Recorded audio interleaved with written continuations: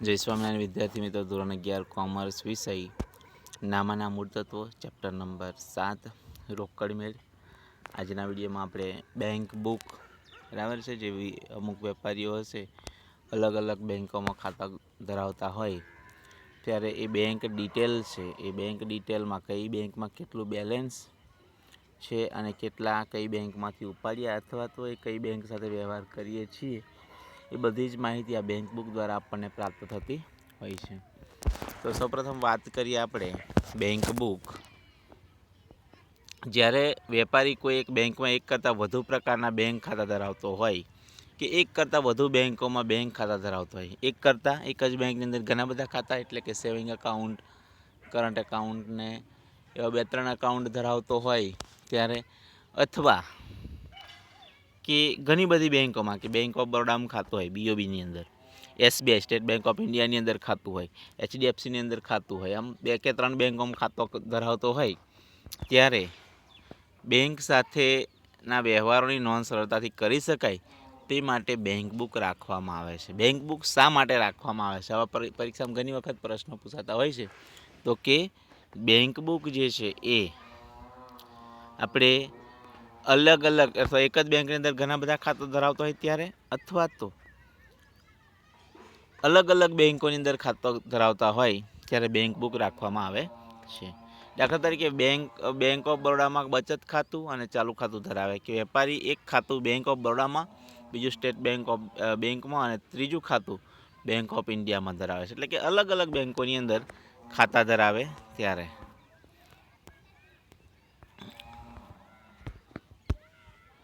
જ્યારે આ પ્રકારની પરિસ્થિતિ હોય ત્યારે બેંક સાથે કરવામાં આવેલ વ્યવહારોની સરળતા નોંધી શકાય તે માટે બેંક બુક રાખવામાં આવે છે. આવા અલગ અલગ બેંકોમાં ખાતા ધરાવતા હોય ત્યારે આપણે સરળતા ખાતર કઈ બેંકમાં કેટલા પૈસા છે, જમા કરાવ્યા, ઉપાડ્યા, એની વિશે માહિતી પ્રાપ્ત થઈ શકે.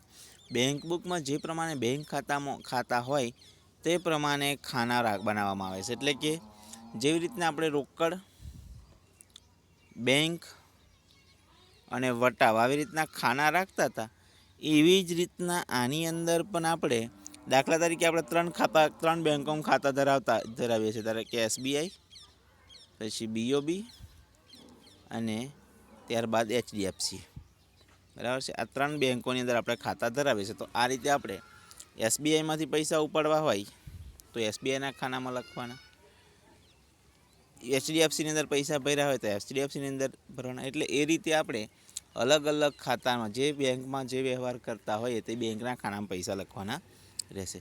જો એક જ બેંકમાં જુદા જુદા પ્રકારના ખાતા હોય તો બેંક બુકમાં દરેક ખાતા માટે અલગ ખાનું રાખવામાં આવે કે સેવિંગ એકાઉન્ટ રાખતા હોય, કરંટ એકાઉન્ટ રાખતા હોઈએ, ફિક્સ ડિપોઝિટ રાખતા હોઈએ ત્યારે એને અલગ અલગ ખાતા રાખવાના હોય છે. અને જો જુદી જુદી બેંકના ખાતા હોય તો બેંકમાં દરેક બેંક દીઠ એક ખાનું રાખવામાં આવે છે. અને બેંક બુક સ્વરૂપ અને માળખું રોકડ મેળ જેવું જ હોય છે. બેંક બુકના ફાયદા કે રાખવાથી ફાયદો શું થાય? બેંક સાથેના વ્યવહારોની સરળતાથી નોંધ કરી શકાય, ખાસ કરીને જ્યારે બેંક દ્વારા આપવામાં આવતા વ્યવહારોનું પ્રમાણ વધારે હોય ત્યારે, કે બેંક સાથે જે વ્યવહારો થાય છે સરળતાથી નોંધી શકાય. અને ઘણી વખત આપણે બેંક સાથે વ્યવહારો વારંવાર થતા હોય ત્યારે એ સરળતા રહેતી હોય છે. બીજું આપેલું છે કે નિયત સમયે કયા ખાતામાં કે કઈ બેંકમાં કેટલી શિલ્લક છે તે જાણી શકાય છે. જો આપણે આ બેંક બુક હશે તો આપણે જે તે સમયે જ્યારે જોવું હોય ત્યારે જોઈ શકીએ કે બેંક કયા ખાતાની અંદર કઈ બેંકમાં આપણું કેટલી રકમ છે તે પણ જાણી શકીએ. દરરોજ સાંજે કયા ખાતામાં કેટલી બેંક શિલ્લક છે તેની માહિતી મેળવી શકાય છે.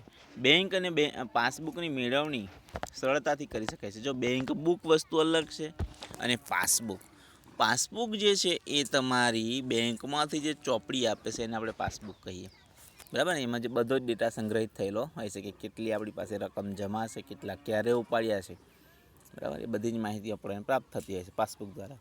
અને બેંક બુક જે છે એ આપણે લખતા હોઈએ, બરાબર, કે આપણે કેટલા જમા કરાવ્યા છે એના અનુસંધાનમાં જે આપણે જેટલી આપણા ચોપડાની અંદર જેટલી રકમ બોલે છે એટલી જ રકમ ખરેખર પાસબુકમાં બોલે કે નથી બોલતી, બરાબર છે. એટલી જ રકમ જમા છે કે નથી તે જાણવા માટે કોઈ ભૂલ થઈ હોય તો બેંકને આપણે જાણ કરી શકીએ. બેંક સાથેના વ્યવહારો પર સતત નજર રાખી શકાય છે, જેથી ચેક લખી ચૂકવણી કરતાં કે બેંકમાંથી ઉપાડ કરતાં બેંક ખાતાની શું પરિસ્થિતિ છે કે શિલ્લક અંગેની કે ઓવરડ્રાફ્ટ સગવડોનો ઉપયોગ થયો છે તેની જાણકારી મળી શકે છે. એટલે આપણે આવી રીતના જ્યારે બેંક અકાઉન્ટ હોય અને વારંવાર ચેક લખવાના થાય તો આપણે શિલ્લકનું ધ્યાન ના રહે, અથવા તો કોઈનો ચેક છે એ ચેક જમા ના થયેલો હોય ને આપણે ચેક કોઈકને આપી દઈએ ત્યારે બાઉન્સ ના થાય અને બેંક ઓવરડ્રાફ્ટની સુવિધા પ્રાપ્ત લેવી હોય તો આપણે એને ખોટા ખર્ચા થાય. બેંક ઓવરડ્રાફ્ટ લઈએ તો શું થશે તો કે બેંક જે છે એ આપણી પાસે ચાર્જ વસૂલ કરશે. એટલે આવી દરેક બાબતોનું ધ્યાન રહે એટલા માટે બેંક શિલ્લક છે, બેંક બુક છે એ ખૂબ જ ઉપયોગી થતું હોય છે, બરાબર છે. હવે ઉદાહરણ નંબર 8 આપણે એની કેટલાક વ્યવહારો દ્વારા એની સમજૂતી મેળવીએ. નીચેના વ્યવહારો પરથી શ્રી મહિપતસિંહના ચોપડામાં સ્ટેટ બેંક ઓફ ઇન્ડિયા એટલે કે SBI, Bank of Baroda BOB, બરાબર છે, બેંક ઓફ ઇન્ડિયા છે સોરી એટલે કે BOI ના ખાનાવાળી બેંક બુક તૈયાર કરી. તો અહીંયા 2015 ઓગસ્ટ એક શરૂઆતનો બેંક ઓવરડ્રાફ્ટ SBIનો છે અને શરૂઆતની બેંક શિલ્લક છે એ બેંક ઓવરડ્રાફ્ટ 6000નો છે અને બેંક શિલ્લક છે એ 4000ની. તો હવે આપણે શું કરીશું, બેંક શિલ્લક જ્યારે હોય ત્યારે ઉધાર બાજુ શું લખીશું, બેંક બાકી આગળ લાવ્યા, અને બેંક ઓવરડ્રાફ્ટ હોય ત્યારે આપણે શું લખીશું તો કે જમા બાજુ બાકી આગળ લાવ્યા. જો અહીંયા આપણને બાકી આગળ લાવ્યા. જો સૌપ્રથમ વાત કરીએ મહિપતસિંહની ઓગસ્ટ 2015ની બેંક બુક, તારીખ વિગત અહીંયા જુઓ, રકમની જગ્યાએ શું આપેલી છે SBIની રકમ અને BOIની એટલે બેંક ઓફ ઇન્ડિયાની રકમ. એ રીતે જમા બાજુ SBIની રકમ અને બેંક ઓફ ઇન્ડિયાની રકમ, એ રીતે અહીંયા બંને બાજુ આપણને આપેલું છે. જ્યારે બેંક શિલ્લક હોય ત્યારે ઉધાર બાજુ લખવાનું, અહીંયા શિલ્લક હશે, બરાબર છે. તો કે BOIની શું હતી, બેંક શિલ્લક હતી, અને બેંક ઓવરડ્રાફ્ટ જે SBIની શું હતી, બેંક ઓવરડ્રાફ્ટ, બરાબર ને, એને ઓડી પણ આપણે કહીએ છીએ બેંક ઓવરડ્રાફ્ટ. તો એ રીતે રકમ લખેલી છે. તારીખ 4 ₹4000નો માલ વેચ્યો જેની સામે ચેક મળ્યો અને જે SBI બેંકના ખાતામાં ભરી દીધો. અહીંયા કઈ બેંકમાં પૈસા ભરીએ છીએ તે ખાસ ધ્યાનમાં રાખવાનું કે 4000નો માલ વેચી દીધો અને કઈ બેંકમાં ચેક ભર્યો છે આપણે તો કે SBIના. તો SBIના ખાનાની અંદર આવક બાજુ લખાશે. જોઈએ વેચાણ ખાતે SBIના ખાનામાં, બરાબર છે. તારીખ 5 ₹6000નો માલ ખરીદ્યો જેની સામે ₹2000નો BOIનો અને ₹4000નો SBIનો ચેક ચૂકવણી પેટે આપ્યો. આપણે શું કર્યું, માલ ખરીદ્યો 6000નો, હવે બંનેના ચેક આપેલા છે, બરાબર. આ બંને વ્યય બાજુ એટલે કે જાવક બાજુ થશે. જમા બાજુ 2000 BOIના ખાતામાં આવશે અને 4000 છે SBIના ખાતામાં આવશે. એટલે અહીંયા જુઓ, અહીંયા ખરીદ ખાતે તારીખ 5 SBIના ખાતામાં 4000 અને BOIના ખાતામાં બેંક ઓફ ઇન્ડિયાના ખાતામાં ₹2000. તારીખ 7 પગારના ₹1400નો SBIનો ચેક આપ્યો.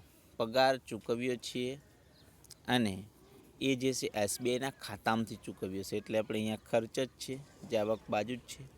એટલે આ એકદમ જ સહેલું છે, તમને ખ્યાલ જ આવી જશે કે કયા ખાતામાં લખવાનું. એટલે ધ્યાન રાખવાનું આપણે કે આ આવક છે કે જાવક. જાવક હોય તો જમા જ છે. આપણે જ્યારે શરૂઆતથી લઈને અત્યાર સુધી બધા જ વ્યવહારોની અંદર એ જ કર્યું છે કે જ્યારે પણ જાવકો હોય તો બધી ક્યાં જશે તો કે જમા બાજુ, અને આવકો હોય તો ઉધાર બાજુ. તારીખ 11 બેંક વ્યાજના 500 અને ડિવિડન્ડના 2500 વસૂલ કરી SBI બેંક ખાતામાં જમા આપ્યા. હવે આ ધ્યાન રાખવાનું કે બેંક જે વ્યાજ છે ને શું કર્યું છે, બેંક વ્યાજના ₹500 અને ડિવિડન્ડના ₹2500 વસૂલ કરી એસબીઆઈ આ બંને વસ્તુ શું બેંક વ્યાજ એટલે જો બેંક વ્યાજ એ પ્રમાણે પણ હોય કે બેંક આપણી પાસેથી વ્યાજ લીધેલું હોય તો આપણા માટે ખર્ચો કહેવાય. અને એ રીતે પણ હોઈ શકે કે આપણને બેંક છે આપણી જે થાપણ પડેલી છે થાપણ ઉપર બેંક આપણને વ્યાજ આપ્યું છે તો એ આપણે માટે આવક કહેવાય. એટલે એ ધ્યાનમાં લેવાનું કે ખરેખર બેંકે શું કર્યું છે. બરાબર છે. અહીંયા શું કર્યું છે બેંક પાસેથી આપણે વસૂલ લીધા એટલે મતલબમાં આપણી પાસે આપણા ખાતાની અંદર જમા કર્યું છે બેંકે. બરાબર. તો આપણા માટે આવક કહેવાશે. આવક હોય તો ખ્યાલ જ છે કે ઉધાર બાજુ રહેવાનું, બેંક વ્યાજ ખાતે 500 અને ડિવિડન્ડ તો આવક જ હોય ₹2500. બરાબર. ડિવિડન્ડ મળ્યું. ડિવિડન્ડ એટલે શું કહેવાય કે જે શેર ખરીદ્યા હોય ને શેર ઉપર જે શેર ખરીદ્યા હોય કોઈ કંપનીના અને એની ઉપર જે વ્યાજ મળે આપણને એ આપણું ડિવિડન્ડ કહેવાય. તારીખ 13 અનુજ પાસેથી જૂના દેવાની ચૂકવણી પેટે ₹7,000નો ચેક મળ્યો જે BOIમાં ભર્યો. ચેક મળ્યો છે એટલે આવક બાજુ હશે અને કયા ખાતામાં ભર્યો છે તો કે અનુજ ખાતે કયા નામમાં આવ્યો છે ₹7,000. અનુજ ખાતે ₹7,000 અહીંયા આપણને BOIના ખાતામાં એટલે કે બેંક ઓફ ઇન્ડિયાના ખાતામાં. 18 તારીખનો વ્યવહાર ₹3,000નો ના BOIના ખાતામાંથી ચેક લખી એસબીઆઈના ખાતામાં ચેક ભરાવ્યો એટલે શું થશે અહીંયા તો કે આ જે વ્યવહાર છે ને જેવી રીતે આપણે જમા ખર્ચી વ્યવહાર કરતા હતા કે બેંકમાંથી ઉપાડ્યા તો શું થયું જમા ખર્ચી રોકડ ઉપાડ્યા તો બેંકમાં જમા કર્યા એવી રીતના આપણે રોકડ જમા કરાવીએ ત્યારે જમા ખર્ચી આ એ પ્રકારનો જ વ્યવહાર થશે તો કે BOIના ખાતામાંથી ઉપાડીને એસબીઆઈમાં જમા કર્યા એટલે કે BOI જે છે એના ખાતામાં આવશે તો ઉધાર. બરાબર છે. 3,000 અને એસબીઆઈના ખાતામાં જે છે એ જમા પરંતુ રકમ કેવી રીતના લખવાનું જોઈએ BOI ખાતે લખ્યું તો એસબીઆઈના ખાતામાં ઉધાર કર્યા. બરાબર છે. અને અહીંયા એસબીઆઈનું ખાતું લખ્યું છે તો એ શું કરીશું આપણે જમા બાજુ BOIના ખાનામાં રકમ લખાશે. 23 તારીખનો વ્યવહાર ₹2500નો માલ ખરીદ્યો જેની પાસે સામે BOI ખાતામાંથી બધી જ રકમનો ચેક આપી દીધો. માલ ખરીદ્યો છે અને BOIના ખાતામાંથી આપણે જે રકમ છે એ રકમનો ચેક આપી દીધો છે તો મતલબમાં BOIના ખાતામાં લખવાનું રહેશે તો ખરીદ ખાતે 2500 BOI ખાતેની અંદર લખાશે. 26 તારીખનો ₹6,000નું એક યંત્ર ખરીદ્યું જેની સામે 50% રકમનો ચેક એસબીઆઈ ખાતામાં બાકીની રકમનો ચેક BOI ખાતામાં ચેક લખીએ આપ્યો. યંત્ર ખરીદ્યું છે જાવક બાજુ હશે 50% મતલબ જે રકમ છે એ ₹3,000 બંને ખાતામાં લખાશે તો યંત્ર ખાતે 3,000 એસબીઆઈના ખાનામાં 3,000 BOIના ખાનામાં. હવે શું કરવાનું રહેશે તો કે હવે બંને બાજુનું ટોટલ કરીશું. તો પહેલાં જુઓ આ બાજુનું જે ટોટલ છે એસબીઆઈનું એ ટોટલ થાય છે 14,400. બરાબર છે. અને આ બાજુ છે એ ઓછું થાય છે એટલે કે ₹4400 ઓછા થાય છે એટલે અહીંયા આનું ટોટલ કેટલું થાય છે 14,400 તો આનું ગણી લઈએ 4,000 + 500 એટલે 6 25 3 7,000 7,000 ને 3,000 10,000 થયા એટલે 10,000નું ટોટલ થયું. આને ધ્યાનમાં લેવાનું નથી. આ તો આમાંથી આપણે બાદ કરીશું તો કે 14માંથી 10 બાદ કરીએ તો કેટલા રહેશે 4400 તો એ બાકી કહેવાશે. શું કહેવાશે આને બાકી તો કે બાકી આગળ લઈ ગયા એ રીતે 4400 આવશે. હવે આ બાજુનું ટોટલ મારીએ તો કે 4,000 ને 7,000 11,000 થયા. આ બાજુ કેટલા થશે તો કે 2 ને 3 5 ને 5 ને 5 3 7 8 8 ને 2 10 511 અહીંયા શું થાય છે તો કે 10,500 ₹500 બાકી રહે છે તો કે જે ₹500 છે એ BOIની જમા બાકી હશે તો કે બાકી આગળ લઈ ગયા. આ બાકી જે છે આટલે ક આવશે અને આ બાકી જે છે તે અહીંયા થશે. બરાબર છે. એ રીતે આપણે આ દાખલો છે એ બાકી આગળ લઈ જઈએ.